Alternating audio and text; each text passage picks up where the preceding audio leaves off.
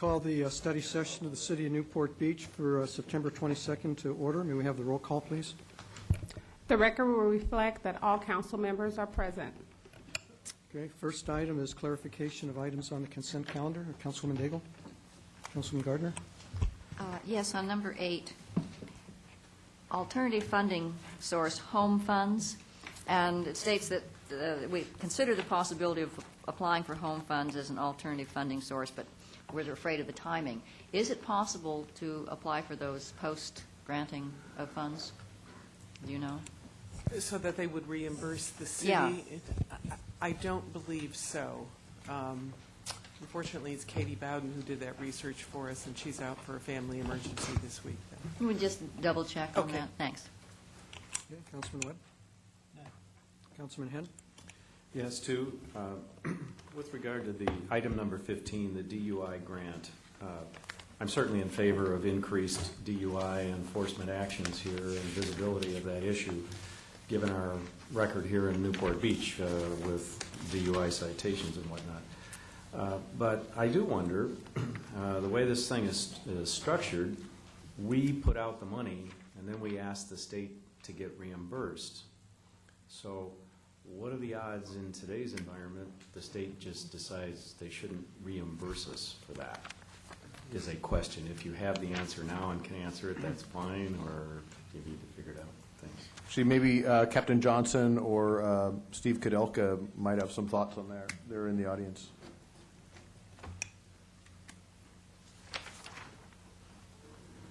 To answer the question, I guess the only thing I could refer back to would be our record with the Office of Traffic Safety in the past. We're just coming to the termination of a 2-year grant that was structured in much similar manner, whereupon we would present them with a quarterly report of our expenses as they related to these operations, and then we're reimbursed for them at a later time.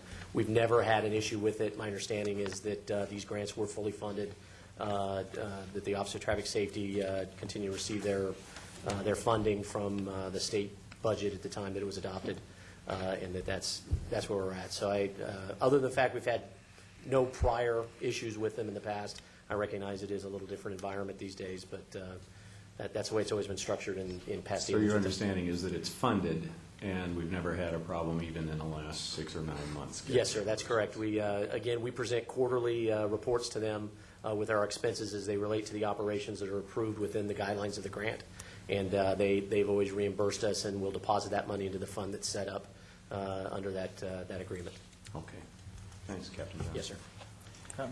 Council member, I'd also point out that it is a legal obligation to fund it. That doesn't mean they can't avoid the legal obligation through some type of bankruptcy proceeding, but I don't see that happening at this point in time, but I understand the question quite well. Well, I'm given to understand that states can't go bankrupt, so I think Councilwoman Daigle has a question. Yes, when you all sent me to the conference, one of the panels that I attended was about finance, and particularly Sacramento taking our money, and one of the areas that was outlined by Michael Coleman, who is an expert that I think Dennis Danner talks to frequently, is within the area of COPS programs. So I think that's an excellent question, and there's a whole bunch of programs that were identified as being having some vulnerabilities. So I think there should be some follow-up on that. We'll keep an eye on it and follow up with you. I did have one other question regarding item number 16, the CDBG, right, grants. There apparently was, if I'm reading this right, Sharon, there was apparently $25,000 of prior year money allocated for this program that was not spent, and last year. So does that money still roll over again? Did it fall through the cracks somehow? No, it continues to roll over. Okay, so I couldn't tell that from the new totals for the current budget year. It didn't seem like it had rolled over on top of that $96,000, so I just want to verify that. Okay, well, we'll make sure for this evening, but I believe it rolls. All right, thanks. Councilman Rosansky? None, thank you. Mayor Pro Tem Curry? No items? And I have no items. So first item for discussion is the street sweeping pilot contract program. Thank you, Mayor Selich. Council members, good afternoon. Staff put together a short PowerPoint presentation on our current street sweeping program. We're going to look at the current program and the costs, and then staff's going to propose a pilot program this afternoon.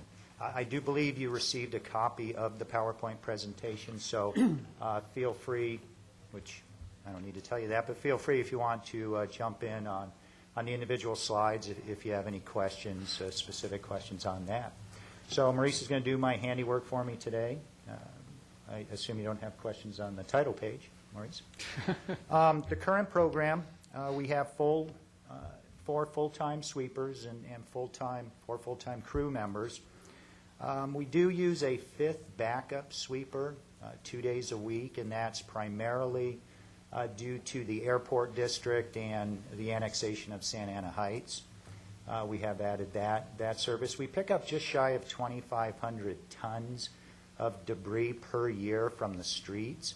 To put that, you just say the tonnage, it doesn't really do that much, but put that in some kind of a visual, that's about 200 fully loaded refuse trucks that we're picking up off the curb and gutter every year.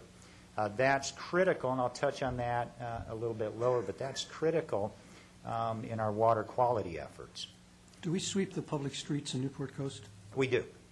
Yeah, Newport Coast is, and that's one of our challenging areas, just getting up the street. 40% of city streets are posted, or what we call posted streets, no parking. We do get questions quite a few times, why isn't our street posted? We're having, the sweeper has to go around parked cars, not too often, but if we go around to parked car, obviously the curb and gutter in front of their house it still has leaves, and their neighbors looks real good. We don't post all streets primarily because of parking issues. We're not going to post streets telling everybody to move on a Tuesday morning, quite honestly, if they have nowhere to move. Then we're just issuing a lot of citations, and we're not doing goodwill at that point. So 40% of the streets are posted. The other 60% we work around. And usually by starting early, we don't run into too many problems with parked cars. Benefits of street sweeping program. Obviously, there's the aesthetic, clean streets. They just look better. But here's where we should have put maybe clean streets / water quality. Again, when you think of 2,500 tons, that debris, and most of it is dirt or gravel. It's usually covered with oil. It's kind of interesting if you take, you don't want to do this, but if you took a load of a handful of street sweeping debris, kind of run it in your hand and let go of it, your hand is covered with oil. So that material coming up is very oily because of parked cars and exhaust and those kinds of things. That material flows right down into our storm drains. And if the storm drain doesn't pick it up, if it's not heavy enough to get caught up in the storm drain, out to the bay, out to the ocean it goes. So street sweeping is a critical program in our water quality efforts. Then we have special events, emergency response items, special events, 4th of July, OC Marathon. We do a lot of extra sweeping for special events. Then emergency response. Our street sweepers respond to many traffic accidents. If there's glass, if there's other debris from the accident on the road, street sweepers will respond. Also, for example, when we had those high tides and we had the sand issue at Balboa Pier parking lot, we had several truckloads of sand. We worked 2 street sweepers for almost a day and a half just to get that area cleaned up. So that's another thing that sweepers do. The current, that's okay, Maurice, you don't need to go back, but let me touch on one other thing, and that's our alley sweeping program. It's not something we're talking specifically about, but I think it's an important program. About a year ago, September 2008, the council approved an agreement with a company to perform our alley street sweeping. We have 33 miles of developed alleys, or improved alleyways, and this company sweeps those alleys once every 2 weeks.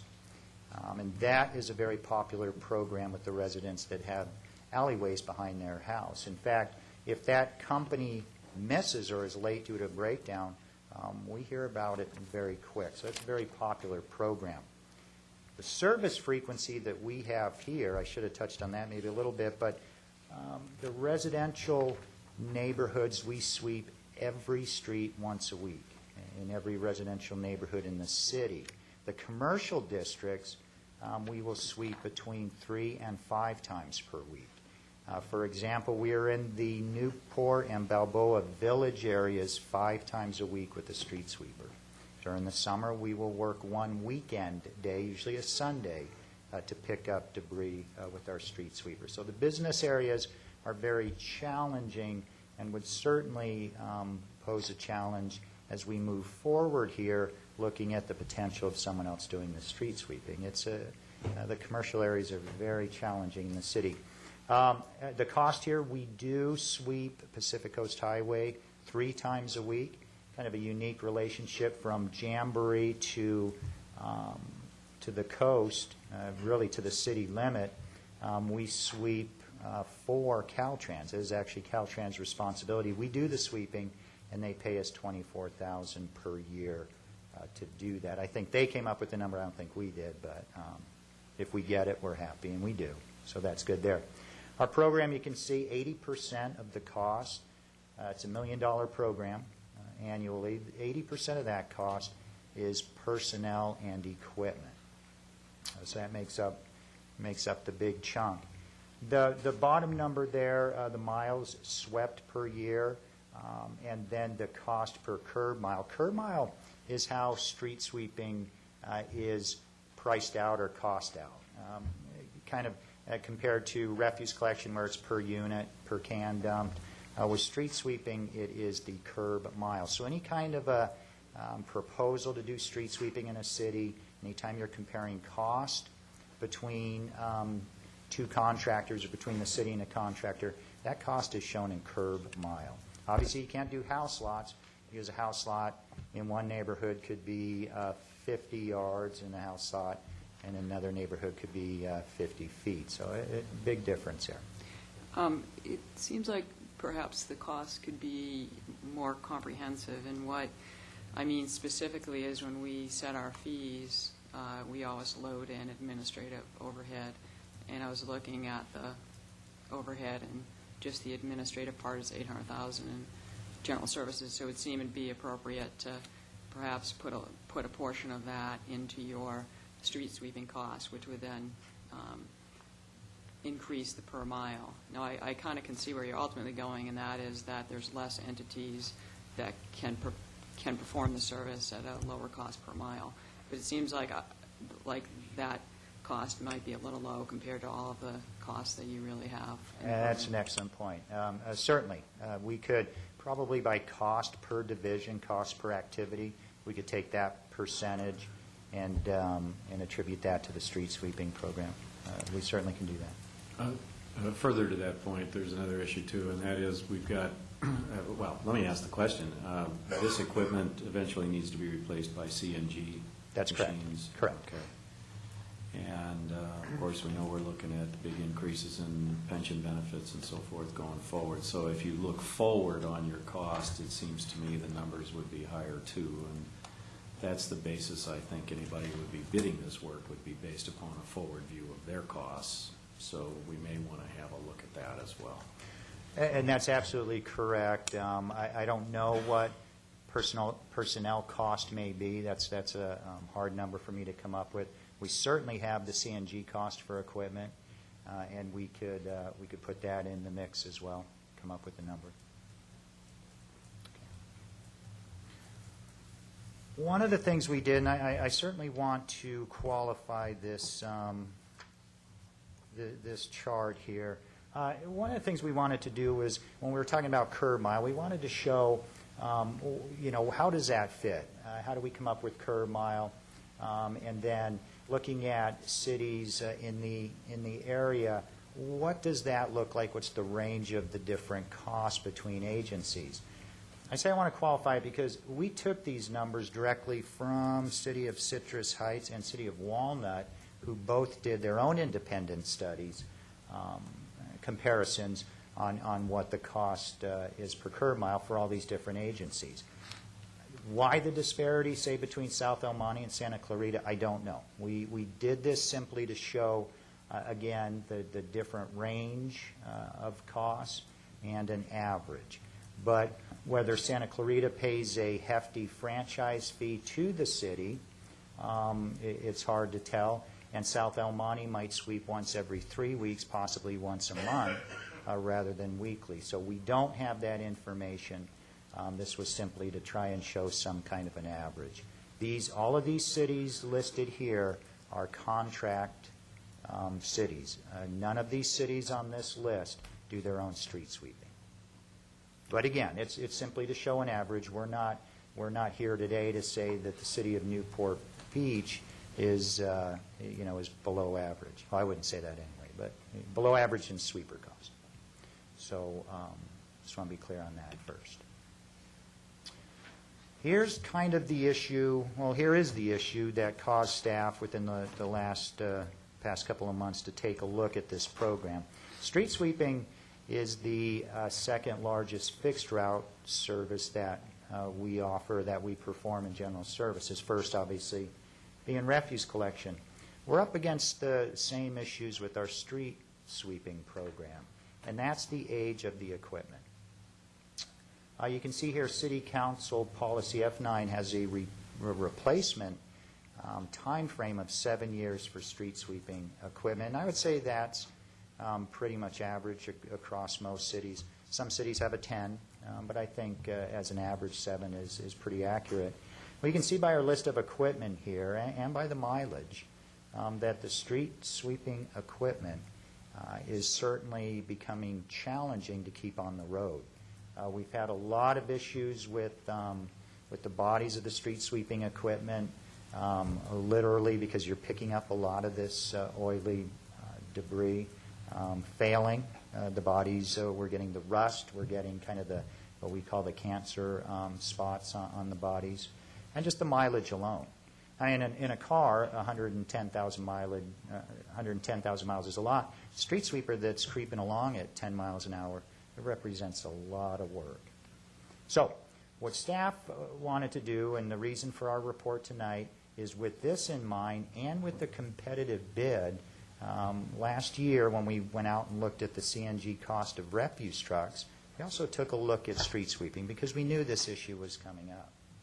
I will say I was shocked at the bid for street sweepers. $260,000 per CNG sweeper.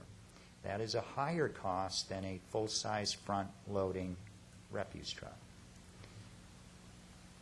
That caused us to take a step back, and so we're not here tonight recommending approval for a contract for brand-new street sweepers. That caused staff to spend the last couple of months taking a look at the sweeping program. What we are recommending tonight, or we're coming forward with the idea this afternoon, is a pilot program. And what staff envisions in this program is taking, and I'm going to show you a map, really cool map in a few minutes of the areas of the city that we're recommending, but we're going to take a 12-month term and we're going to contract out 5 days of street sweeping. So we're going to replace one sweeper, about 25% of our route. We're going to replace one sweeper and have that one sweeper, contract sweeper, work 5 days a week performing sweeping in the city. We selected non-posted areas because it would be very hard for a contractor and a little unfair to ask a contractor to work in posted areas. We work very closely with the police department, parking control officers in posted areas, a lot of coordination in moving cars. We try and get people to move cars before we cite. We don't think that would be fair for a contractor, so we took non-posted areas in diverse parts of the city and selected areas we would recommend doing a pilot program, contracting out for the 12 months. We would reassign the 2 staff members. We do have, because of the hiring freeze, we have a couple of positions open in our beach cleaning and other areas. So we would just move those, actually it's not 2, it would be the one street sweeper, maybe a 1 plus a little. We would move that person to perform different work within the department. So there wouldn't be any reduction in staff for the pilot program. Would you be using like one contractor or doing a couple of contractors to see if one works out better than the other? We would, and that's a great question. It sounds like if you get 5, you could compare all 5. We would recommend one contractor for a couple of reasons. The big reason being, I think we're only going to get a very competitive look at cost with one contract. I think it's going to be very expensive for a company to send one sweeper in for one day during the week. I think we have one contractor, we could bring that contractor in, 5-day work week, one full-time person, one full-time sweeper, and I think we'll get a cost that we can compare to some of the other costs that we've talked about this afternoon. We can certainly recommend one company. I think the fear is, well, we might get a low bid, that one company might do a horrible job, and then we can hold our hands up and say it isn't a program that would work. There's only a few companies out there that do quality street sweeping for agencies, for other municipalities, and we certainly would do our due diligence in checking references and those things to get a top-notch company in here. You know, I can't think of a company that won't come in under a pilot program and do the very best job they could do. I mean, the benefit at the end of the day is certainly in their favor to do good work.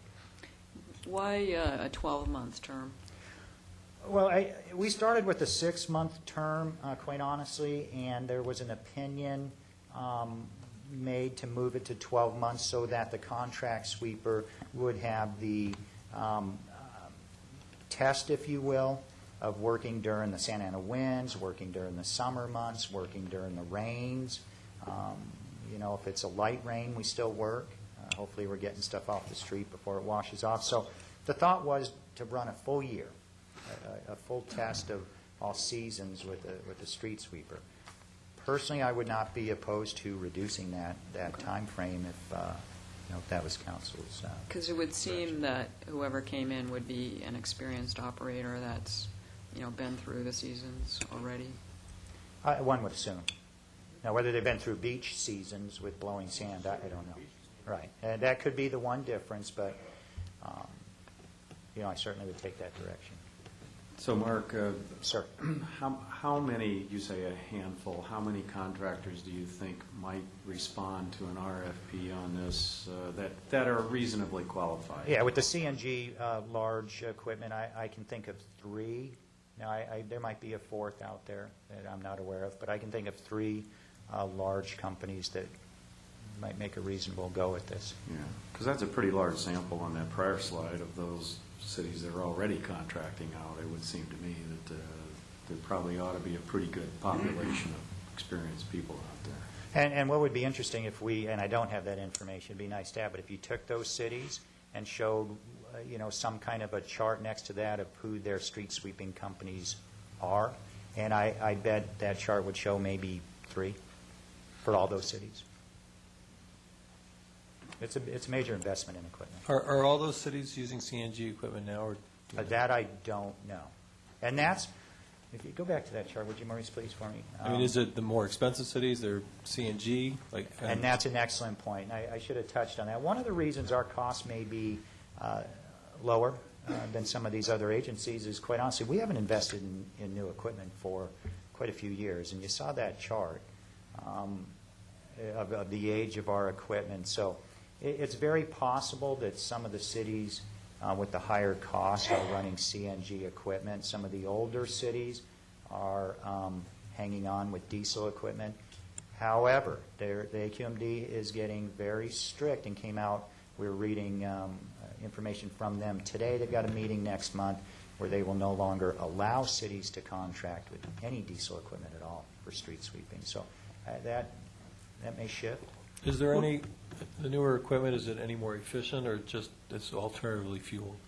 It's only that. It's alternatively fueled, so it's a clean air vehicle. As far as efficiency, that came out a couple years ago. It was called the PM10 program. Street sweepers, that fancy name PM10, it's 10 microns or greater in dust particle size has to be captured by the sweeper. That eliminated those sweepers. We used to call them pig pen sweepers. The sweepers go down the road, and you could hardly make out the shape of the sweeper because of the dust. the cloud We went just with it. redistribute that Well, yeah, they're you just supposed to move pick it over up. to the next street, and you pick that up on the way, the next day. Yeah, that's been eliminated. The quality of street sweepers, just over the last, I'd say, 5 years, is just tremendously better. So I don't think that the CNG diesel is going to impact what you're getting off the street. It just makes you breathe easier if you're behind it. Thank you. Okay. I get, Mark, I noticed on your list, there's only 2 Orange County cities there, Westminster and Laguna Hills. What do the rest of the other 32 or 31 cities in the county do? And again, we just stole this off someone else's work. We don't know, but we're going to do, we move forward with the pilot program. And I was going to touch on this last slide, but I can certainly do it now. We're going to move forward with the pilot program. In the meantime, while that program's going on, we're going to do our own benchmarking. We're going to do our benchmarking to what was laid out in the benchmark process that council approved. So we're going to look at the service levels that are out there. And maybe, are there parts of Newport that street sweeping every week is not necessary? We're going to take a look at service levels. We're going to take a look at costs in other agencies in Orange County. We're going to do our own benchmark work. So at the end of the day, when we have our benchmark information, when we have a pilot program that shows the quality of service and the cost that's out there, we can come forward to City Council with a recommendation on the most effective way to get this done. So we kind of see this as a package. Going out and turning over the city to a contract sweeper, especially given the challenges in this city, I think is a little scary at this point. But we would certainly look at Orange County cities, absolutely. That was going to be my question, is how are we going to measure success here? And it sounds like you're going to establish a benchmark for our current services and then compare that with the performance of the contractor? Absolutely, and we're going to put people in the field. I mean, street sweeping is one of those things that, you really don't have to get a sophisticated study going to see if it's successful. I mean, honestly, visually, you can tell if a sweeper's doing a good job. Or the street ends are free of cigarette butts and leaves and dirt and those kinds of things. You can tell pretty quick if a sweeper, and cities have had this happen, you contract with a sweeper, and it passes you going down the street at 40 miles an hour, and it's not going to get it. So we're going to watch that carefully. And relative to the vehicle procurements, are we going to hold those in abeyance until after the study is completed? Yes, sir. Okay. We have internal service funds for replacing these vehicles. Correct. Are they keeping up with the projected cost? No, sir. They are not. And that's one of the issues on that slide as to the cost. We don't have the funds in reserve to replace the equipment at that cost of a brand-new CNG sweeper. So that commitment, all of them are past that 7 years, not that we would do it all at once. That represents about $2 million in equipment cost that would be needed, that we would have to inject into this program to bring it back up to the level established by council policy. Do you have an idea what percentage we're falling behind? We looked at it. We're probably, I'd say if you round it to $2 million, we're probably 25% short of that number. I don't think anybody realized that street sweepers were going to be more than refuse trucks someday. That's a scary thing. The street sweepers were 250,000? 260. Yes, sir. Times 4, that's only $1 million. Well, no, we have 6 sweepers, and that cost, go back, if you want to go back to that chart. Oh, right there, we have 6 street sweepers. This 160,000, now I'm rounding up. Maybe that's not fair. But this 260,000 per sweeper, and then that was a year ago, August 2008. So we added a little bit on to that. So I think we picked, if we're looking at 300,000, we're looking at a couple $1 million. Yeah, but you were putting money away in your internal service fund probably for what, $150,000 unit? That's correct.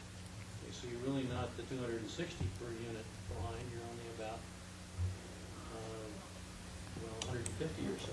Right, Well, that's not quite right, because we are not fully funded on our equipment replacement reserves to start with. So that's part of the problem. That is, but I think it's more the big issue here, at least that's where staff's coming from. I certainly understand, Councilmember Webb, your point. But staff's coming from, do we want to invest $260,000 in street sweeping equipment before we take the opportunity to look and see if that service can be provided cost-effectively by an outside contractor. If it can, then obviously those funds don't need to be spent, and they're freed up or kept in the reserve fund to make that fund whole. And it's a council decision. That's where we're coming from, not the difference. Councilman Curry? Well, I was just going to say, Mark, I think it's a good idea, and I commend you for bringing this forward, and it's good that you've timed it in such a way as to avoid having to do what could be a very expensive equipment procurement, and I'd be very interested to see the results of this program. Thank you, sir. I appreciate that. I don't want to leave without the one slide. I know there was an interest in what parts of the city. I know it's a little hard to see, but you can kind of tell about where we're at. What we did was take diverse parts from the coast to the airport area, and areas in between that. So we tried, we weren't going to pick the entire coast area. We weren't going to pick just Newport coast and the steep hills and the challenges there. So I think this is, reflective of what we're faced with throughout the week. And again, these are the different colors are one day, what the sweeper would do in one day. So we would send out a contract for these areas for the 12 months or, again, whatever the direction is from council. I appreciate you letting your guys sweep in front of my house. Well, there are a few requirements in doing this, and that was one of them, Councilman. It's called gerrymandering.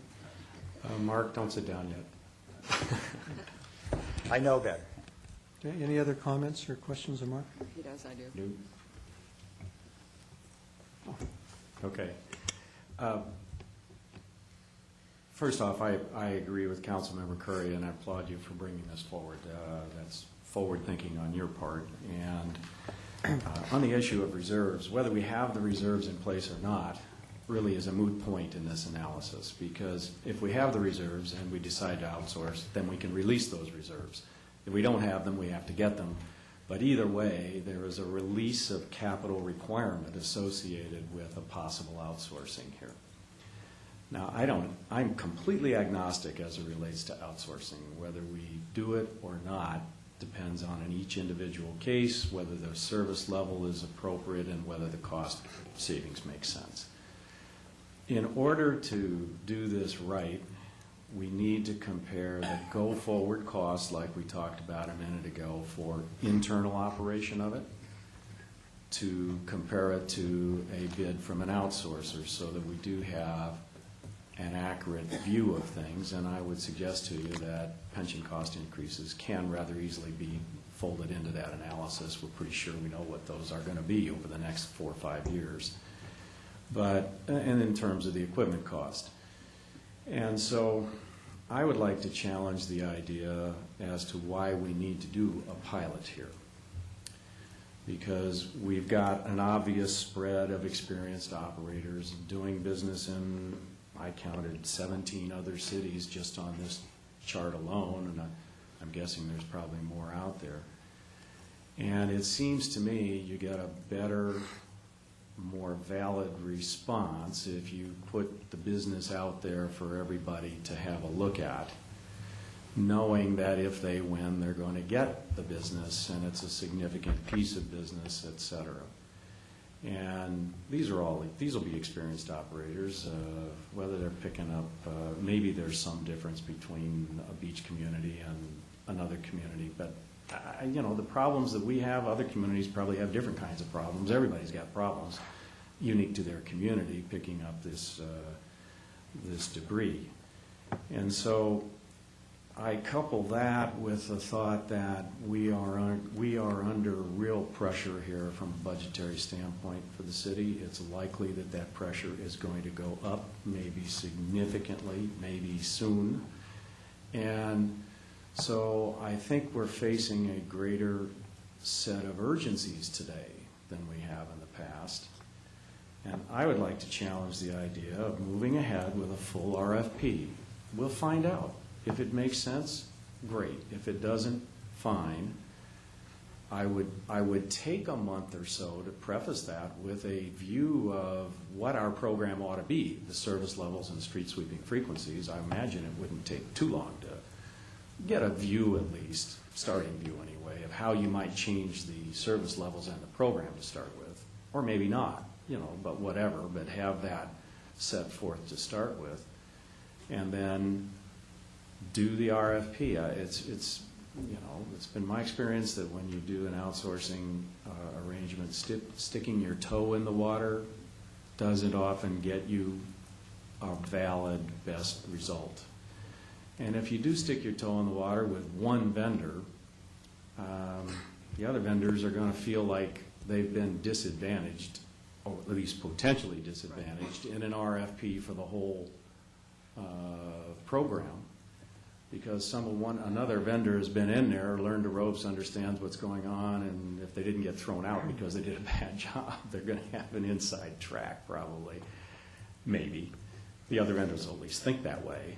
And so I really think there's lots of reasons why we should move ahead. This isn't, street sweeping, in my view, isn't quite like picking up trash, for example. This is something that is not, I know you mentioned the alley program, and I appreciate it when the alley's swept behind me, but still, street sweeping is a much more under the radar, if you will, activity that just happens, as a matter of course, out in the street.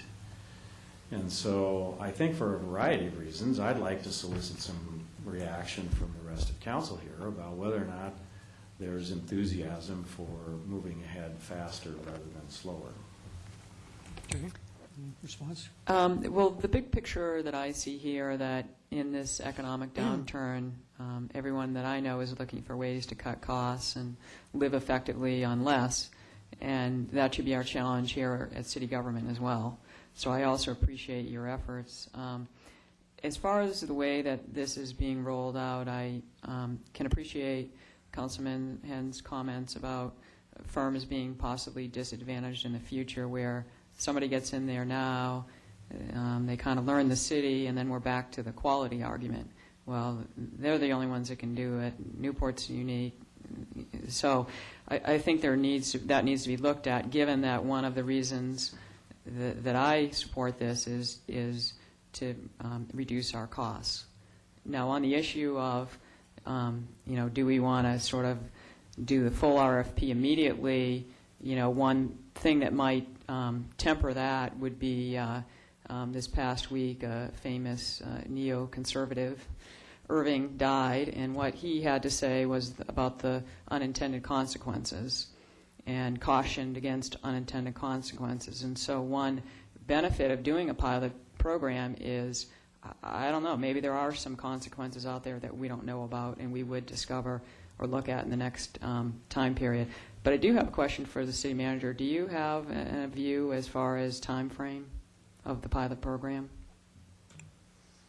It would be my preference to learn about whether or not this is successful a little faster than a year, whether that's 6 months or sooner, because I think Councilmember Henn's points are well taken, that we're facing some tough economic times here, and I'd like to be able to make a decision sooner rather than later. Okay, thank you for that input. Okay, Councilwoman Gardner? I would support a pilot program. I understand and am sympathetic with the idea that we want to save money. But I was sort of picking up on what Councilman Henn said about sort of it's below the radar. And to me, that's a sign of its success, that the streets are clean, and we don't notice them because they are clean. And I would hate to just jettison a program that works very well without being sure that these private contractors are providing the same level of service. Because I know that the outsourcing of the tree trimming has been very popular, but I also notice there are changes. We don't get the trees reported as quickly that are dying because it's not their business. We let things grow up on the trees that when the city was doing it, we didn't have ivy-covered trees. I mean, so you lose something at the same time that you save money. So to see if there is a trade-off, at least we'll understand that if we have a pilot program. And I would agree, I don't know that we need to do it for a year. Councilman Webb? I support the pilot program. I'm a little bit concerned that we really don't have cost figures that are Orange County related. I think that the survey that we were given, I realized that it was the easiest one to put together, but with only 2 out of 17 cities in Orange County, I think that might impact it, and we don't really know that we're going to save money by doing this program. I know that the outside guys will be able to do it cheaper, and I think that I'd like to see us at least try it. As far as a year is concerned, that's probably going to handle all of our situations, but you probably, well, I think you start looking at getting the contract out. If we only do it for 6 months, you're going to definitely miss all of your summer beach time areas and some of the times when we have some of the most wind damage. So, I was thinking, so as far as I'm concerned, I'd like to see a year program. Okay, Mayor Pro Tem Curry? Well, it is currently a fact, not an evidence, that they will actually save money. So I think we have to do the baselining, we have to do the RFP process in order to really establish how much money we're going to save. You know, while I agree with Councilman Ham that I think this ought to be done sort of large, I also think it's important for us to establish the data that lets us compare it both cost-wise and also qualitatively in terms of the residents' reactions and how well the service is being done before we push forward. Like the city manager, I think we ought to do this in faster than a year and then consider how to roll this out citywide to the extent that it is demonstrated to save money and to provide a comparable level of service as to what we now enjoy. And I also think this should be one of the tools in the toolbox that the city manager uses as we approach what I agree with Councilmember Henn is going to be a difficult budget going into next year. Councilman Rosinski? You don't have to. No, I guess I agree with the pilot program as well. Because to me, although I think obviously we'll be talking about in the next few months, saving money is going to become critical here in our city as we're finding our revenues are declining or not what we anticipated. You know, there is I always look at things as there's a cost, but there's also a value. And are we getting value for our money? And sometimes value doesn't mean you're going to take the lowest cost. And so I would be interested to see if it can be done competitively and still receive the same value. You know, as far as 6 months or a year, I guess I fall with, if we're going to do it for as a pilot, a study, I would agree that, you know, things change here because of the transient nature of our community with the influx in the summer and we're not going to have probably the highest impacted times in the study. So, I mean, what's it really going to tell us? I don't know. You know, so I guess I'd be more inclined to go for the full year. I mean, the bottom line is although we're going to save money, even, you know, if we do save money, when we saw some of the figures up there, we're not talking about millions and millions. If it was the equipment purchases were more imminent, then I'd say, okay, you know, we got to make a decision. But it sounds like we can put those choices off for at least a year. Is that? We would give it our best shot. Yeah, I mean, the equipment's going to last another year. Yeah, we'll make it work, yeah. Yeah, so buy more ducks. then I would be inclined to go for the one-year study. Well, I'm sympathetic to Councilman Henn's suggestion, but I think I'd prefer to be a little bit more conservative and go with the pilot program and test it out. One thing that hasn't been mentioned is you have, in the pilot program, figured out how to handle your personnel, where if you did a total program citywide, that might be a more difficult situation to handle, at least in the short term. So the pilot program deals with that issue. And as far as the term goes, I'd prefer to see it be sooner rather than being a longer program. I'm sure there's some ways that you can test these firms out in a shorter program to see if they're competent and they're doing a good job. Just one closing comment then. Mm-hmm. So obviously, I'm on the very short end of a pilot program.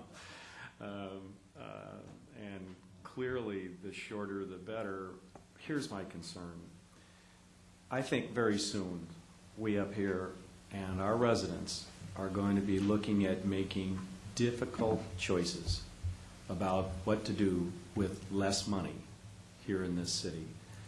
And the last place I want to go with cuts is, if we can help it, is the conversation that we had when we had to make some short-term budget adjustments this is going back 3 or 6 months ago, wherein the first place to go to make cuts is in capital programs, resident benefiting investment, increases in public value, if you will, in the city. That ought to be the last place we go to make cuts.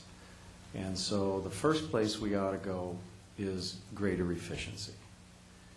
And I think we're going to be shortly in a situation where the choices are going to be very uncomfortable for us. And that's why I'm such a strong proponent of moving ahead right away as opposed to later. I certainly defer to the comments of my colleagues here, and I'll be happy to abide by whatever is decided, but I just wanted to make those points. Okay. Any final comments from anyone else? Councilman Dale? I would say, having worked in both the government and the private sector, that there's really fine people in both sectors, really capable of delivering quality. And then also on the benchmarks, and hopefully it's something the Finance Committee can take a look at, too, in terms of how we're going to be evaluating that. Okay. Thank you, Mark. Does anyone from the public want to comment on this item? Okay, seeing no one, we'll move to our next item, which is the status of the Buck Gully Erosion Control Project.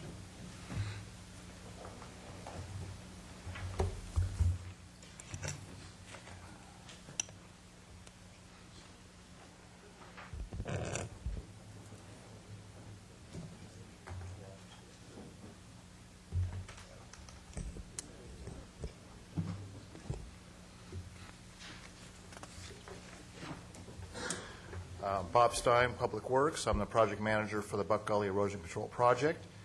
And in the audience, we have Iris Lee, who is the project engineer for the project. And our consultant for this project is RBF. They prepared the construction documents as well as the permit applications and environmental documents.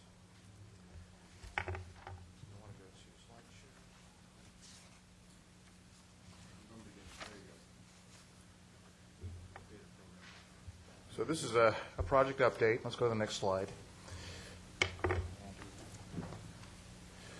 So this slide kind of frames the project. The project is in the lowest reach of Morning Canyon, where we have a Little Corona Beach here, Buck Gully. Little Corona is the south end, Coast Highway on the north end, Hazel Drive is over here, and on the east side is Evening Canyon. Next slide. This exhibit shows the existing stream bed in the canyon where we have flow coming through a culvert underneath Coast Highway, and it wraps around here to the toe of slope here below homes along Hazel Drive, follows along this protrusion here, and comes into the main portion of the canyon where it splits. The main portion of the canyon, main channel flows down the middle of the canyon, and we have a secondary flow channel. Oops. What does that mean? Secondary flow channel, again, wraps around at the toe of slope here, adjacent to the properties along Hazel Drive. And then these two flow lines join, flow over the concrete weir, and then onto the beach at Little Corona. Now, if you focus on the yellow lines in this exhibit, it shows the property ownership. So the city actually owns this portion here at the mouth of Buck Gully, and the rest of the canyon is owned by the property owners.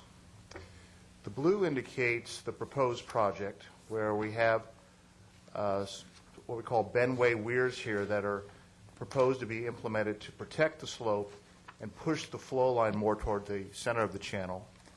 And then we have three proposed drop structures, a little hard to see, 1, 2, 3, that would channelize the water in the lower portion of the canyon in the center of the channel and allow us to grade the canyon so we could form what a canyon normally looks like. Next slide. So the building blocks we use for these drop structures and as well as these weirs are... Excuse me, Bob. Yes. Does that mean that you would eliminate the secondary channel? That's correct. So it would just be the one channel? That's correct. So we regrade and fill in those areas and just have the one channel.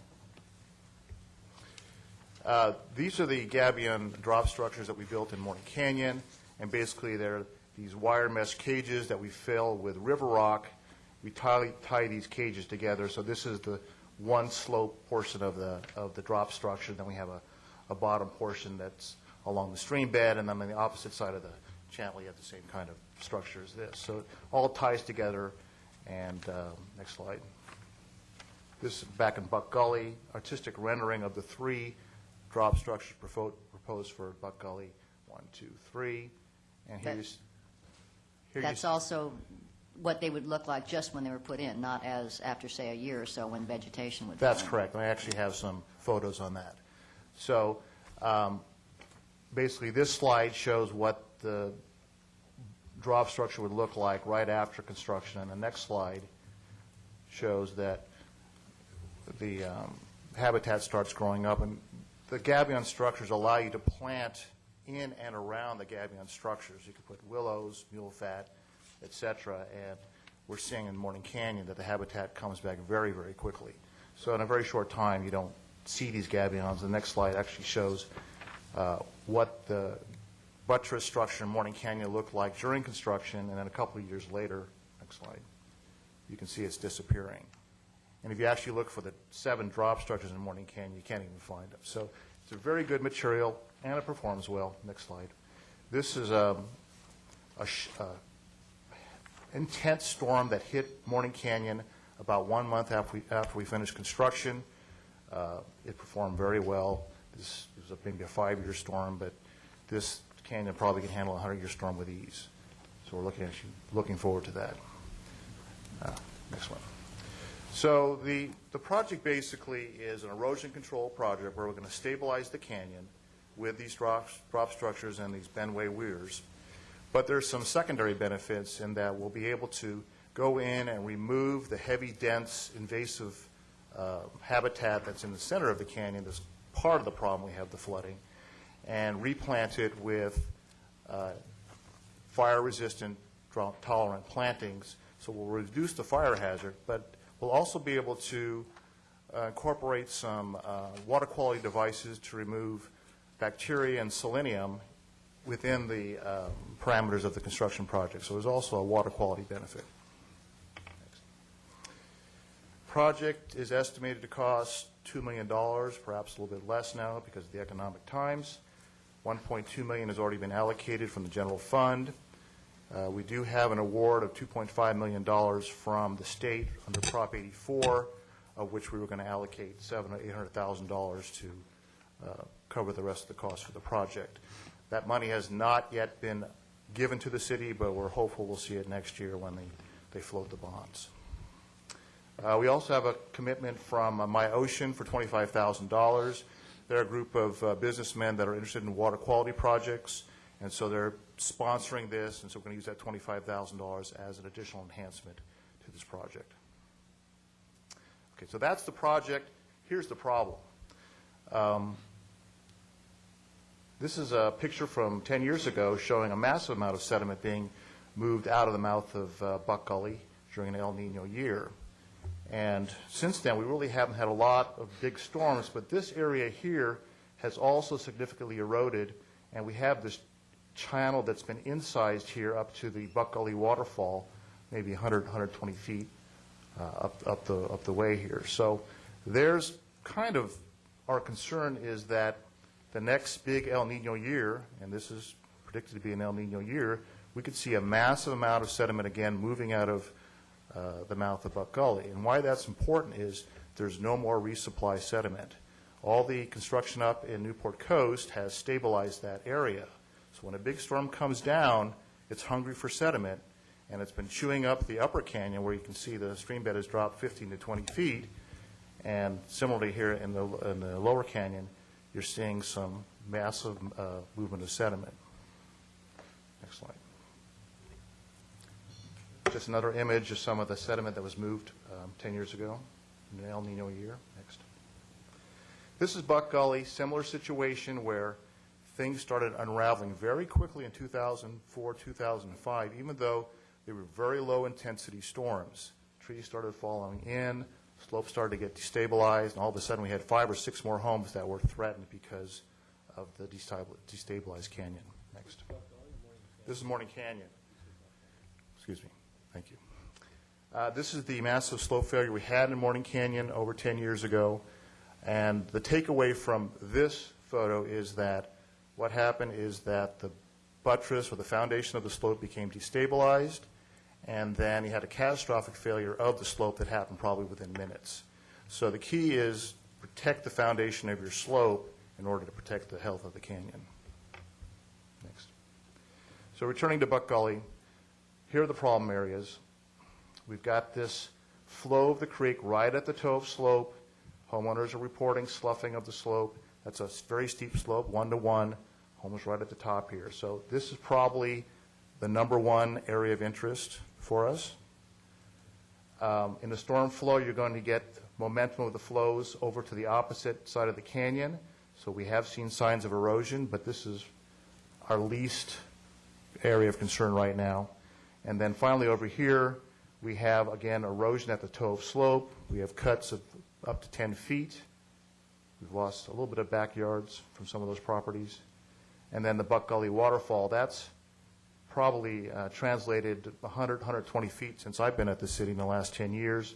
It seems to be stabilized by a little rock outcropping right there, but all this material around there, that's all sand. So that's what we would expect to move if we got a very large storm in Buck Gully. Next. It's important to remember that during that El Nino storm, it took out that concrete dam. That's the second one that was replaced. So when the water does come down there, it comes down there with a lot of force.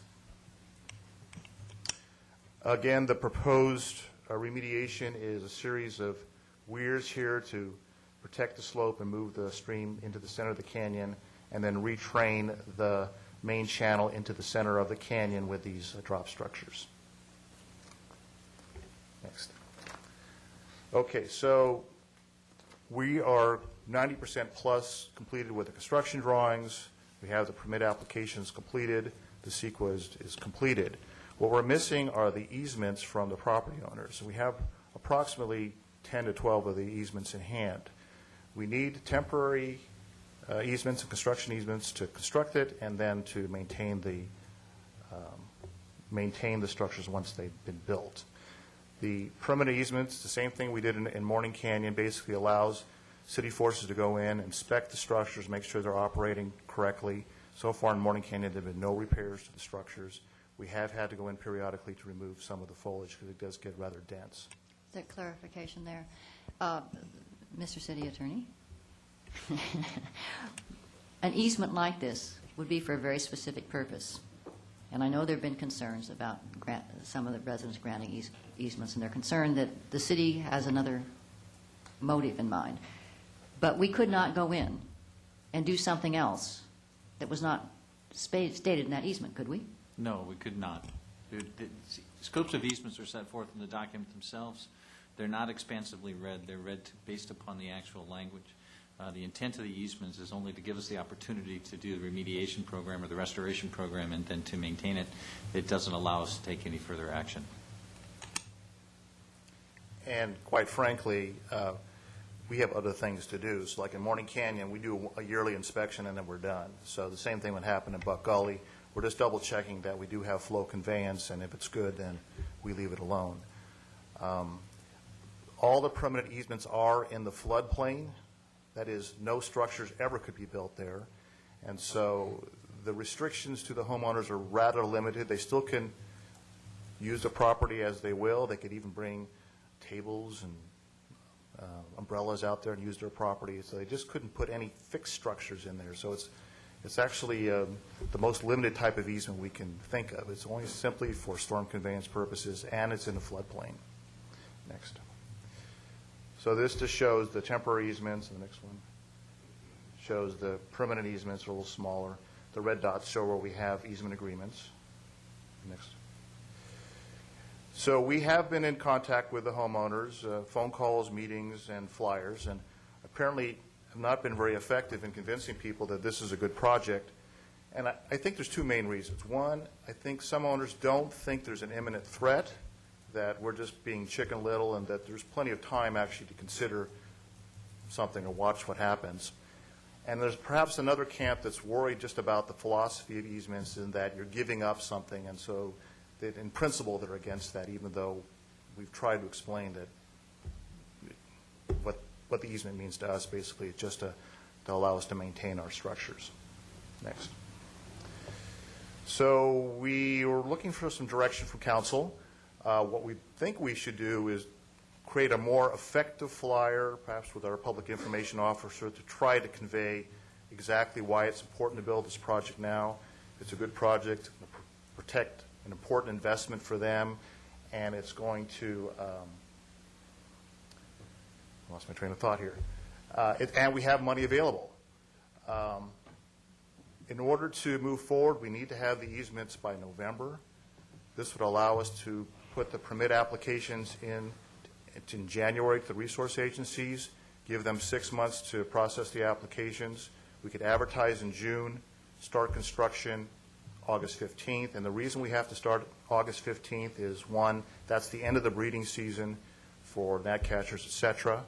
And we want to give the contractor, next slide, as much time as he needs in the dry season to get this constructed, because quite frankly, this is the most dangerous kind of construction you can do.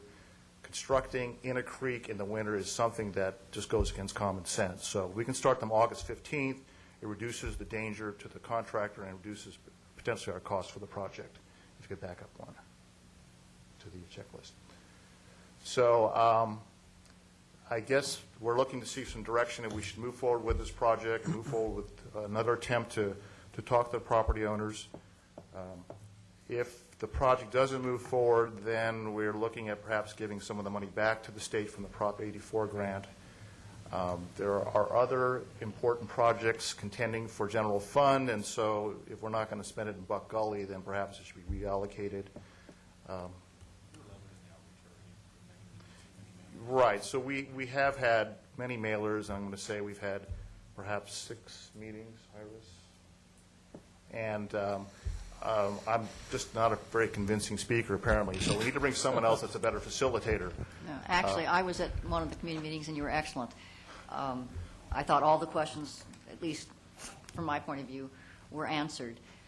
I would like us to do one more outreach to them with a letter and see if we can do it, because to me this is a very valuable project, and it's frustrating to feel like the city is really stepping forward and to have this rejected, particularly when we've got grant funds. Now, one of my questions is, was the grant written loosely enough that we could shift it someplace in Buck Gully if we couldn't get the easements? I don't think we have any other opportunities that we want to attack at this time, and so I would say no. Okay, so we would give up $700,000, which would be unfortunate.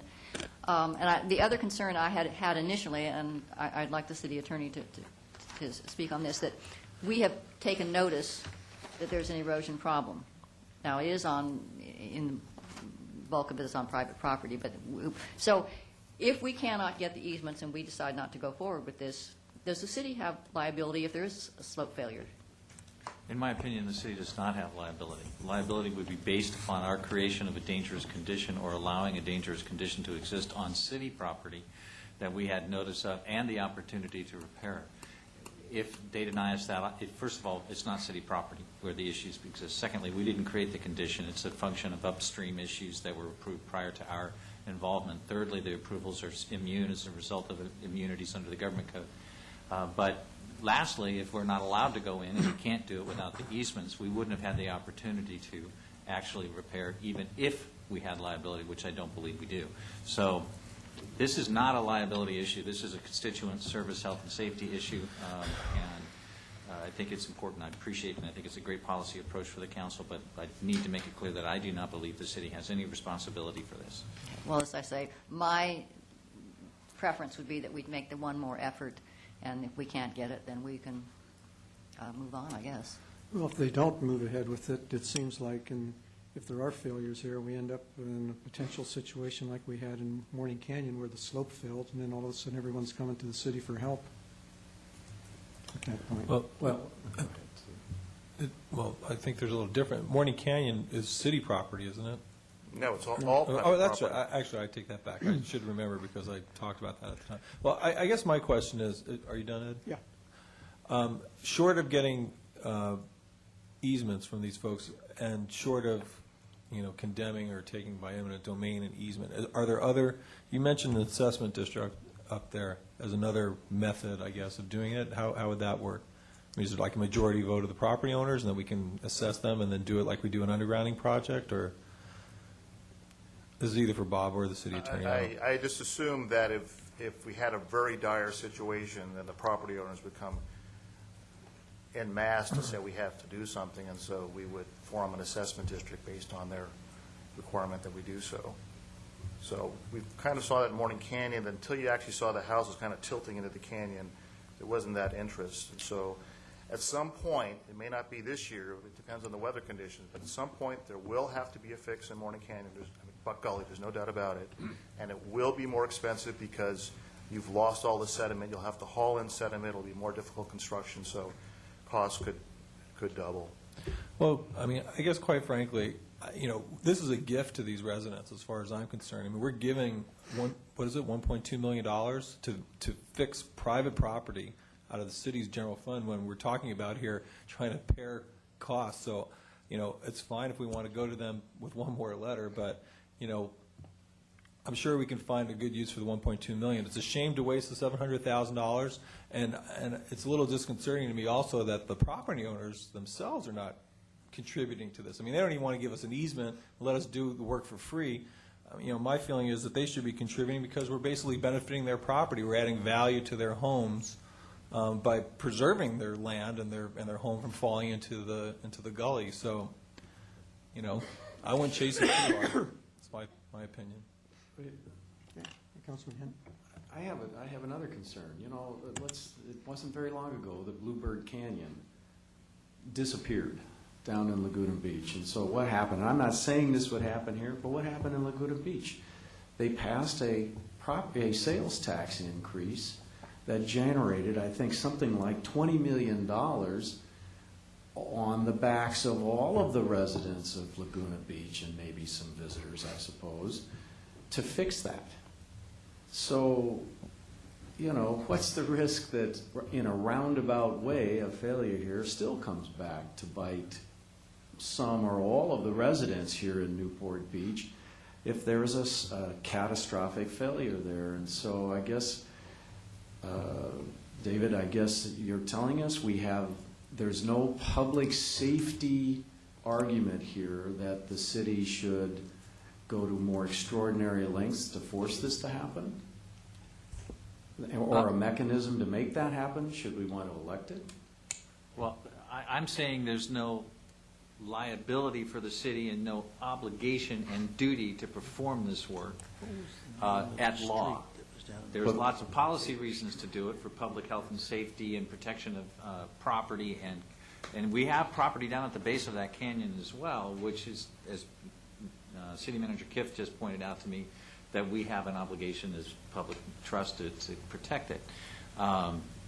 But if you're asking me that based upon the public safety concerns, can we take action in the canyon short of eminent domain, my answer is no. The public safety gives us the ability as a public interest and a reason for eminent domain.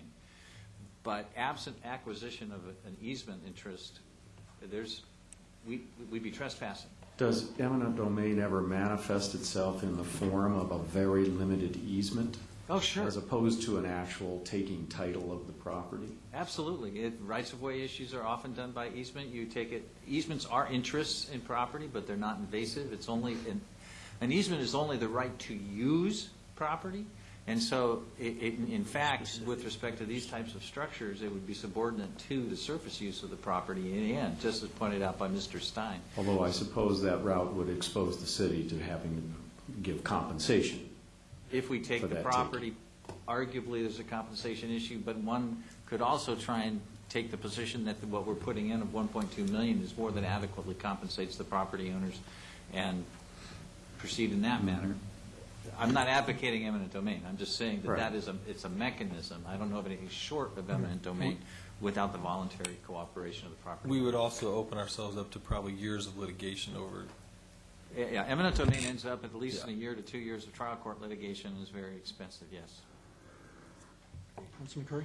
Well, I would just say that, this is a very important project. It's important for the entire community, and it's important specifically for the neighbors along the canyon on both sides. And so, I'm inclined to think that the neighbors probably are laboring on some misinformation, some of it perhaps purposely put out by activists who are trying to either leverage the city or have other issues at hand, other than the protection of these homes and this canyon in the event of a natural disaster. So I'm certainly supportive of making one more effort to get the facts out so that we can act responsibly and accordingly to resolve this issue. We all know what happened in Bluebird Canyon. That's a perfect example of what could happen here if we don't get this fixed. It happened in Morning Canyon, and we need to not let these grants lapse and take advantage of this opportunity now to protect this neighborhood and protect the community as a whole. I have one further question. Do we have, because, I think the situations are a little bit different between Bluebird Canyon and Buck Gully, because Bluebird Canyon, I think the whole street disappeared. They didn't have emergency access to their neighborhoods. I think some of the residents couldn't even get to their homes at some points. Do we have streets or other types of city assets that are either in imminent danger or even in danger in the long run? I guess 50 years from now, the gully could erode enough to get to a street, but Yeah, up to Coast Highway. I'm just not familiar with all the... Yeah, the erosion would be up to Coast Highway. I guess that would be the biggest risk, aside from losing homes. And how imminent is that? Well, we do have a new restroom now, but I think that's probably okay. That's safe. And it's a different failure mechanism. Bluebird Canyon was more catastrophic. Right. This is more superficial I sloughing. think there was also issues there of potential liability on the part of the city with water mains and overwatering and all those other things that drove them to, certainly it was different. Bob, I suppose one of the differences between Morning Canyon and this is that in Morning Canyon, some of those homeowners were making claims that the city was a party to the damage either by negligence or other actions, and then also that the city didn't come up with the program in advance like we're doing here. Here, we're coming up with an opportunity to solve the problem in advance, so if they do reject it and there is a failure, the city wouldn't be in the same position we were in Morning Canyon. It would seem to me, anyway. I think that's correct. I think there was a little more gray in Morning Canyon because we had done some clearing activities at the bottom of the creek that we have not done in Buck Gully. So we're certainly clean in Buck Gully. In Morning Canyon, it was a little more iffy, perhaps. Councilman Daigle? If this project doesn't pan out, is there any opportunities upstream, any basins or anything that we could do to sort of reduce the volume and the velocity of the flow? It's a good question, and we have looked at it. Detaining water upstream actually creates some difficulties, potential difficulties for the city as far as destabilizing the upstream slopes or water quality things. We know that selenium is now becoming a problem, and stagnant water areas breed the bad kind of selenium. So I would say we do not want to go down that path. Really? Don't we have the ultimate controlling device in that we have a culvert under Coast Highway that is, if I remember correctly, only about 6 or 7 feet in diameter, and it's usually about half full, if I remember correctly, and as the water comes down, it builds up behind there and gradually forces the silt out and erodes downstream, so that you have a governing device to where you are limited in the maximum amount of flows that you can get ultimately at that location. But I guess my question was, when we abandoned the 50-foot right-of-way down at the bottom, didn't we retain a drainage easement over that right-of-way? There is an existing, I think, 20-foot easement on the west half of the canyon. Keep going back to the first slide. No, this one here. No, you look at the yellow. Back up. Okay, thank you. Now, you look at the double yellow line that goes all the way through there. That used to be a street right-of-way, and it was abandoned. I thought that there were some sort of drainage easements, but that still doesn't give you what you need to have related to working on the sides outside of that easement area. Correct. So it's partially useful, but it's not sufficient. And that's one of the reasons why I think that we don't we still have some connection in the very bottom down there in the way of a drainage easement? I guess is the question I'm saying. We do have that drainage easement, however, it's not sufficient for the project, so. Right. I believe it's 50 feet wide. Don, are you suggesting there might be an alternative project to be designed within that easement area? I don't, well, Well, just because you have a drainage easement doesn't mean you have an easement a as... drainage easement would allow you to do whatever work I think you would need to have to channelize the water, but in the most critical area that you pointed to initially, where the erosion is right in that area there, that looks like that may possibly be within that area, but that also is where you have the most easement. True, but Well, I know you have to be able to get. yes, you can't get there from, yeah, you have to have all these easements in order to access that area there. Right. This is on the side of the hill, so you need to get Because equipment it's up all there steep somehow. slope there? It's very steep slope. Yeah, additionally, in the past, in past practice, 20, 25 foot might have been enough to put a pipe or a drainage channel, but those kinds of facilities aren't liable to be approved through the Coastal Commission these days. And additionally, it wouldn't really match the environment that we'd like to create. Is there any smaller project that can be completed with the cooperative property owners, or it's just not possible? We've looked at that, and if you look at where the easements are, they're scattered all over the place. So I guess if we had, It would seem like that most critical area, most of the property owners there had at least agreed. well, surprisingly not, no. It looked like 3 or 4 of them were... You could do something at the mouth of the Buck Gully if we had all the easements down there. So one of the last slides. Where is, yeah, there you go. Like So all the yellow, so, yeah. So if we had them all down here, then we could do something. What about those 3 dots? So we have these, but we don't have these. No, in further here. up, yeah, those guys. Yeah, so we can't do anything unless all these people Oh, give us that's- access to that area. That's right, sorry. Okay, well, That's a good give it question. one more shot. Okay, any other comments? Okay, thank you, Bob. I think you you. got your direction there. Thank you. Okay, anybody from the public want to comment on this item? Okay, seeing no one, we'll go to the next item, which is the assessment districts. Consideration of council policy on voting city land and assessment districts. Thank you, Mr. Mayor. This arises out of the discussions and adoption of the guidelines with respect to assessment district balloting. During that discussion, the council discussed whether or not a formal policy should be adopted on whether or how or when to vote city land with respect to undergrounding assessment districts or assessment districts. We indicated we would bring it back to the first available study session, outline the issues as they exist under the general plan, and work on some potential alternatives. We presented that information to you in the staff report, and we're available to answer any questions that you have under the circumstances. Okay, any questions of the city attorney? You want us to weigh in? I like what we did. I think it was Councilwoman Daigle that first brought it up, but I thought it was the correct one was just to be neutral. Well, but are you suggesting that in all districts, or Yes.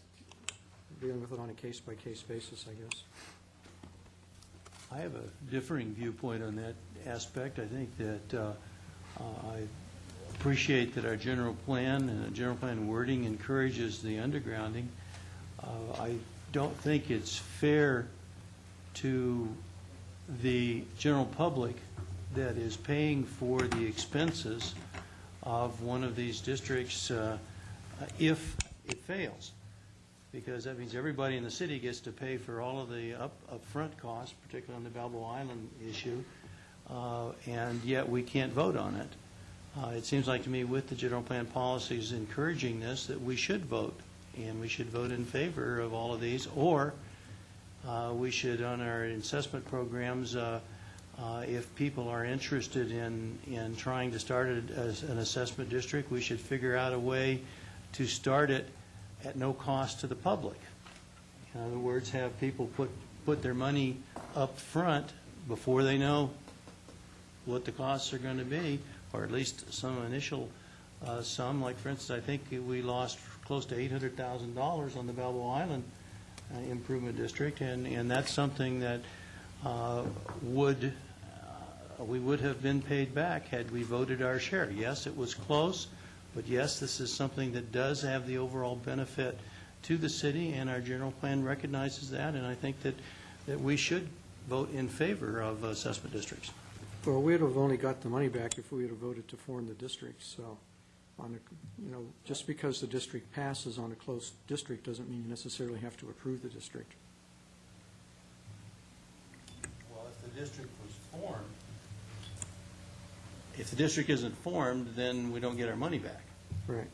Well, you were just My making point it is sound that- like it was automatic. I don't think it's automatic. The council still has to vote the district in. Well, that's right. The council has to vote the district in after, but I think that we should be a participant in the voting for the district, in particular if we have parcels. Councilwoman Daigle? Well, some of us do. I mean, there is the idea of a clear mandate on some of this, but I think he brings up a good point, though, about the upfront cost, because with Balboa Island, I mean, citywide, people lost money on that one. I mean, is there a better way to do that? I don't know. Councilman Curry? Well, there's a couple of issues. The issue of at what point in time we decide to proceed and to whether or not we're comfortable that there is adequate public support before we would risk an upfront expenditure. That's one question. The issue on the assessments is not whether or not you're for or against undergrounding. I think everybody's for undergrounding. The assessment is a specific tax that is paid by specific residents in very specific amounts that we as a city, in fact, don't pay. So my sense of it is that it would not be proper for the city to vote that could ultimately skew one of those elections and impose a tax on people, and they're significant taxes. I think if you look back at the Balboa situation, I was in full support of the assessment district there, but were the city to have voted in that case to impose the assessment, I just think it would have been a nightmare for us to have tilted the balance of the election the way that would have done. So I would support taking a position not to vote in all of these circumstances. Okay. Councilman Rosansky? Is that accurate, Dave, what he just said, that, I mean, we do pay for our proportionate share of those improvements, don't we? Yeah, yes, we do. Yeah, so we are, I mean, well, But we pay with their money. Yeah, Well- it's tax dollars or. I understand we funds that pay with money revenues that we receive. I guess I come down on the other side. Personally, I live in an area that's been undergrounded. I think it's the best thing that could have happened to that area. I think it's the best thing that could happen really to any area in this city.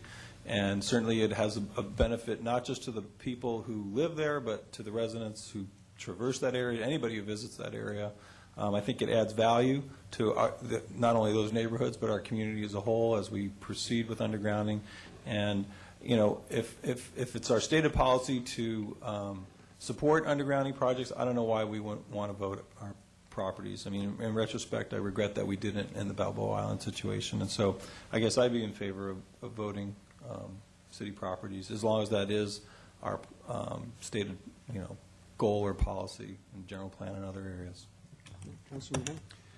Yeah, I'm not optimistic that we're going to be able to figure things out at the very beginning of this process to determine, well, there is a mandate for going forward with an assessment district before people really get a look at the costs and the exact plan and so forth. I mean, we just had a situation down in Peninsula Point where there was a strong mandate that only squeaked by at the final vote. And the problem is these rising costs that we're dealing with.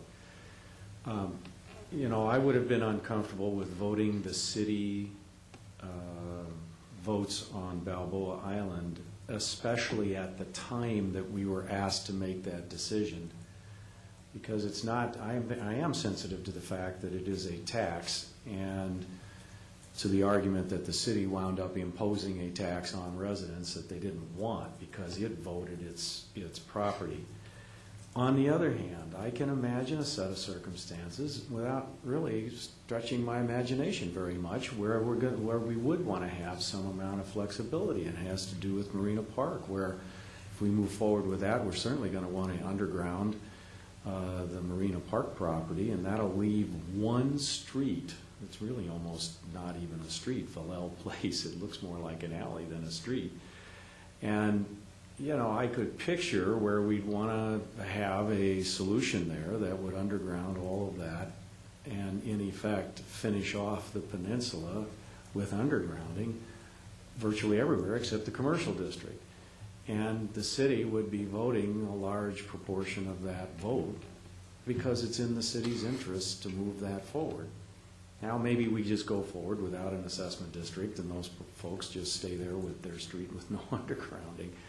But my point is not that that's a perfect example. My point is that there may be circumstances that we encounter where it is in the public interest for the city to vote in favor of a project going beyond, just a swing of a tenth of a point here or there. And so my view is I kind of like the last alternative because I think it balances the imperatives here.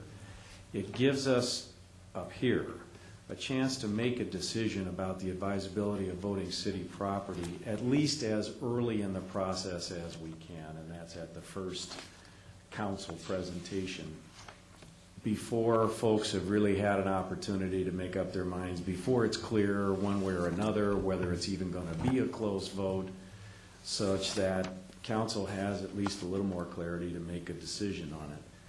And while I would be loath under most circumstances to vote the city property to force an assessment on people, I still think we ought to retain some amount of flexibility, and that last alternative does so. And so that's what I would be in favor of. Okay. Well, my thoughts are along your thoughts, Councilman Hen. I think that that having some flexibility in the policy, I can see where there are situations where we'd want to vote our property potentially. I think part of the problem is in the past that it was almost an automatic procedure. The city manager just voted automatically on these assessment districts, and it wasn't until the Balboa Island situation came up, which there was a lot of heated discussion over it, that it even became an issue. And we never actually before had a spot in the process where the city addressed the issue. So I think the recommendation that the city attorney made here is one that gives us a spot in the process. We can address it on a case-by-case basis and move ahead for what's appropriate for that particular assessment district. So I don't know where that gets us. 2, 2, and 2. Well, I would. Except there's 7 of us. Yeah. Well, I mean, I guess I could see that we're not going to have a policy to just vote. So I would at least want to retain the flexibility to vote. And, early in the process is fine. I am sensitive to the fact that, if you vote at just before, you have a lot of pressure one way or another. No one's going to get happy. So, I'd like, if we're going to vote, we certainly should vote as early in the process as possible and make it clear that, Well, why would we vote as early in the process as possible when we don't know what the citizens want? We don't know what all the costs are. I mean, we're weighing in before there's information that could sway our vote. Well, I think the last alternative here, there is information available. This is the point at which the engineering has been done. Well, and just because the vote comes out in favor of the assessment district, assuming that that's the problem, we don't have to vote to form the district, right? If there are unusual costs at the last minute or whatever. So, I mean, that's the fail-safe, I guess, or the catch-all there. Okay, so do we have a consensus to go on the flexibility? Yeah, you have a majority. Majority, no consensus, okay. All right, got your direction. I was trying to get a consensus. I didn't go. Okay. Any comments from the public in this item? Please step forward.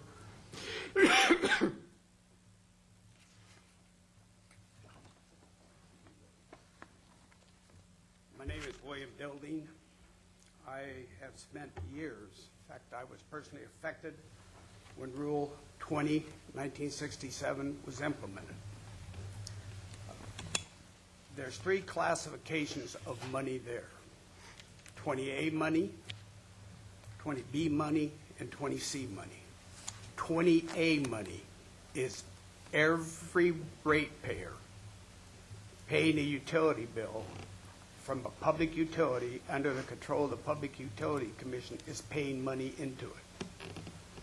Now, you, as the city council, apparently there's a policy I have not been able to find, has taken our monies and put it wherever somebody has decided. There's nothing in your council policies that direct that. This even goes back, there's a Rule 32, which applied to telephone companies. We've been doing the same thing. They are to budget annually monies for public undergrounding. There are 4 criteria that have to be met. I think those should be addressed. This city has always taken arterial highways. There's other factors that can be considered. There should be some kind of a weighting deal. This city council, back in July of 1968, enacted an underground utility service connection ordinance. Section 153215 was added in September 1970. Was amended in 1993. Requires all new construction, all at one time, all, and I think still remodels of 50% to go underground. Anticipation of assessment districts coming up. Then in 1996, Proposition 218 was passed by the voters here in California. It's covered under Article 13D, Section 4. At that time, required the governmental agencies to include their property. As I recall reading it, there is an exception if you find in state facts where you could have taken out. I'm thinking of the terms of the fire station, so it wouldn't affect the property. Now, in 101, the assessment engineer took the fire station and the library, and since 101 was not based on what you go now on the square footage of the lot. So if your property is going to be included in it, it ought to be considered, and the fact that we are giving you monies to help implement the general plan in 20A monies, I feel you should be voting yes at all times, because every one of us.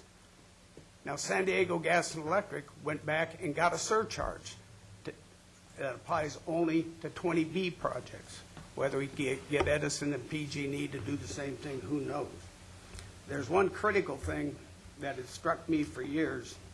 Back in the 60s, the city of Huntington Beach was sued over building code amendments. The case went all the way to the Supreme Court. In the Health and Safety Code, Section 18941.5, 5B, it states there, you only have entitlement to amended local building codes based on topographical, geographical conditions. You cannot do it on social, political conditions. And when I heard council comments on this issue before, it's really gotten to me. Thank you very much. Okay, thank you. Any other comments? Any comments on items not on the agenda? Okay, seeing none, we're adjourned to closed session.